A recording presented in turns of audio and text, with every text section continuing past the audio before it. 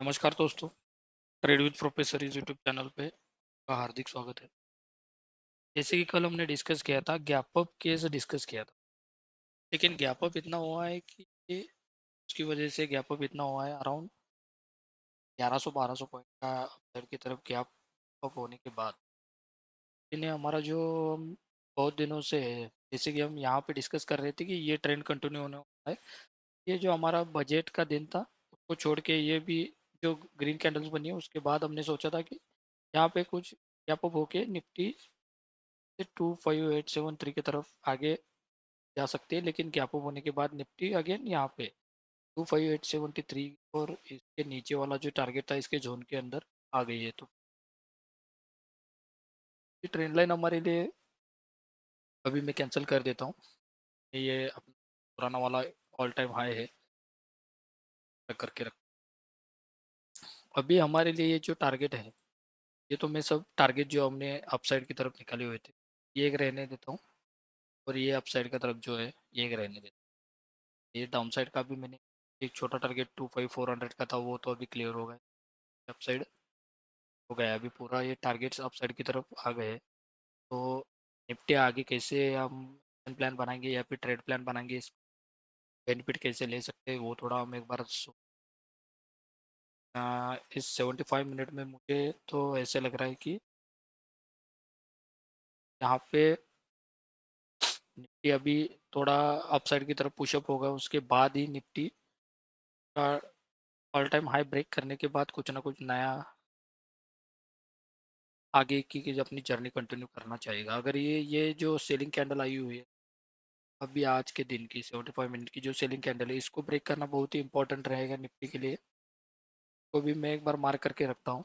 ये हमारे लिए इंपॉर्टेंट जोन रहेगा जो कि ऊपर का बना हुआ है अभी 6341 से लेकर 26373। यहाँ से फिर से एक बार सेलिंग आ सकती है, ऐसे मान के चल सकते हैं, क्योंकि इसी पॉइंट से पूरा डाउनफॉल आया था जो कि था वो अराउंड, आप देख सकते हो 26,400 से लेकर 24,500, ये अराउंड 1900 पॉइंट्स का जो गैप डाउन आया था या फिर जो डाउन साइड मूव आया, जिसको अभी निफ्टी ने उसकी वजह से या भी जो भी रीज़न रहेगा उसकी वजह से कैरी ओवर करके पूरा एक समय एक दिन में कवर कर लिया है।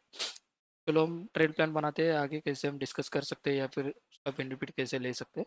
जैसे हम डेली 3 केसेस डिस्कस करते हैं वैसे ही आज भी डिस्कस करेंगे।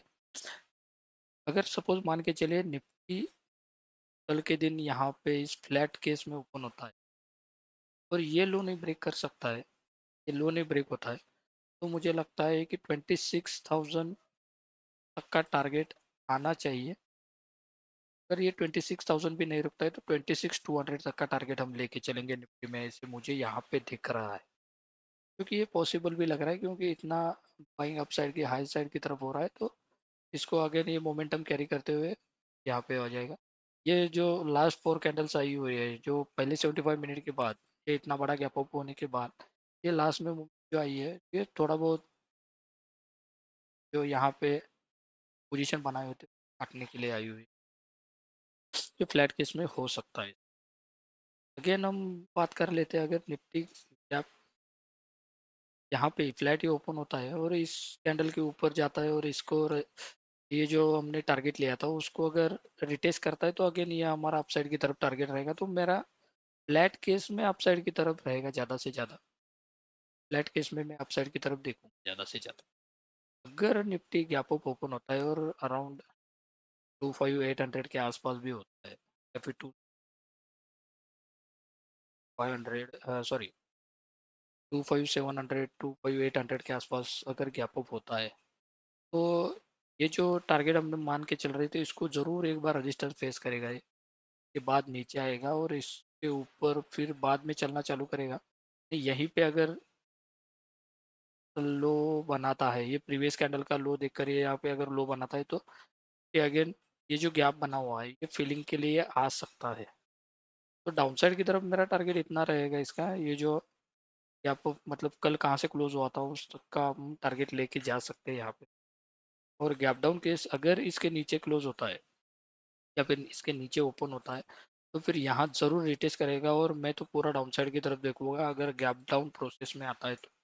गैप डाउन होता है तो यहाँ तक का टारगेट हम लेके चलेंगे 25,000 का, ये मुझे पॉसिबिलिटी लग रही है कि ये जो गैप है अगर निफ्टी ऊपर जाना चाहती है तो ये गैप फिल होना बहुत इंपॉर्टेंट रहेगा। अगर ये गैप नहीं फिल होता है तो ब्लो होल्स बनते जाएंगे और निफ्टी कभी भी ऊपर से एक फास्ट मूवमेंट करके कभी भी नीचे आने के चांसेस रहेंगे। जैसे कि आप देख सकते हो यहाँ से डे के टाइम फ्रेम में आपको दिखाता हूँ कि यहाँ पे ब्लो होल्स बना के गई हुई है।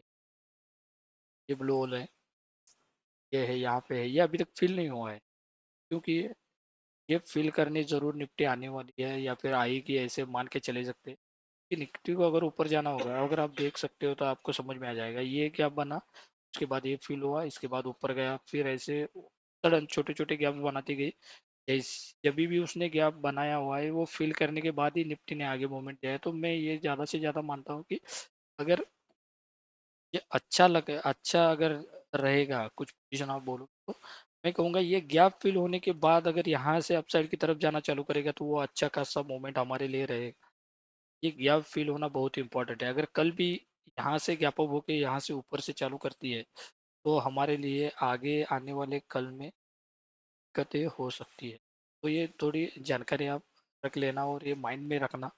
जब भी कोई भी चार्ट में गैप अप होता है तो फिर उसको फिल करना ज़रूरी इंपॉर्टेंट रहता है। विदाउट गैप फिलिंग ये आगे नहीं जा सकता। ये नहीं तो कभी ना कभी, कभी भी, कभी ना कभी मतलब कभी भी वो गैप फिलिंग के लिए आ सकता है।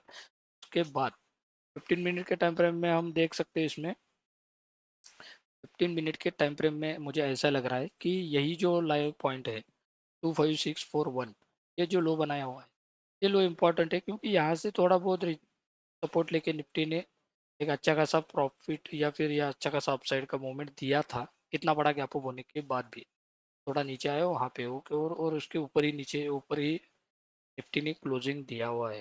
तो इसके बाद अगर निफ्टी कैरी करना चाहेगा तो इस सपोर्ट को लेके यहाँ से फिर से मैं यही एक सपोर्ट को मार्क कर देता हूँ यहाँ पे, क्योंकि रहेगा अपना 25641। यहाँ पे जरूर अटेम्प्ट होना चाहिए ताकि हम ऊपर की तरफ देख सकते हैं। यहाँ पे अगर ये ब्रेक होता है तो मैंने जैसे बोला गया फिलिंग का प्रोसेस पूरा करने के लिए निफ्टी जरूर नीचे आएगा और उसके बाद फिर से अपसाइड की तरफ जर्नी चालू कर सकते।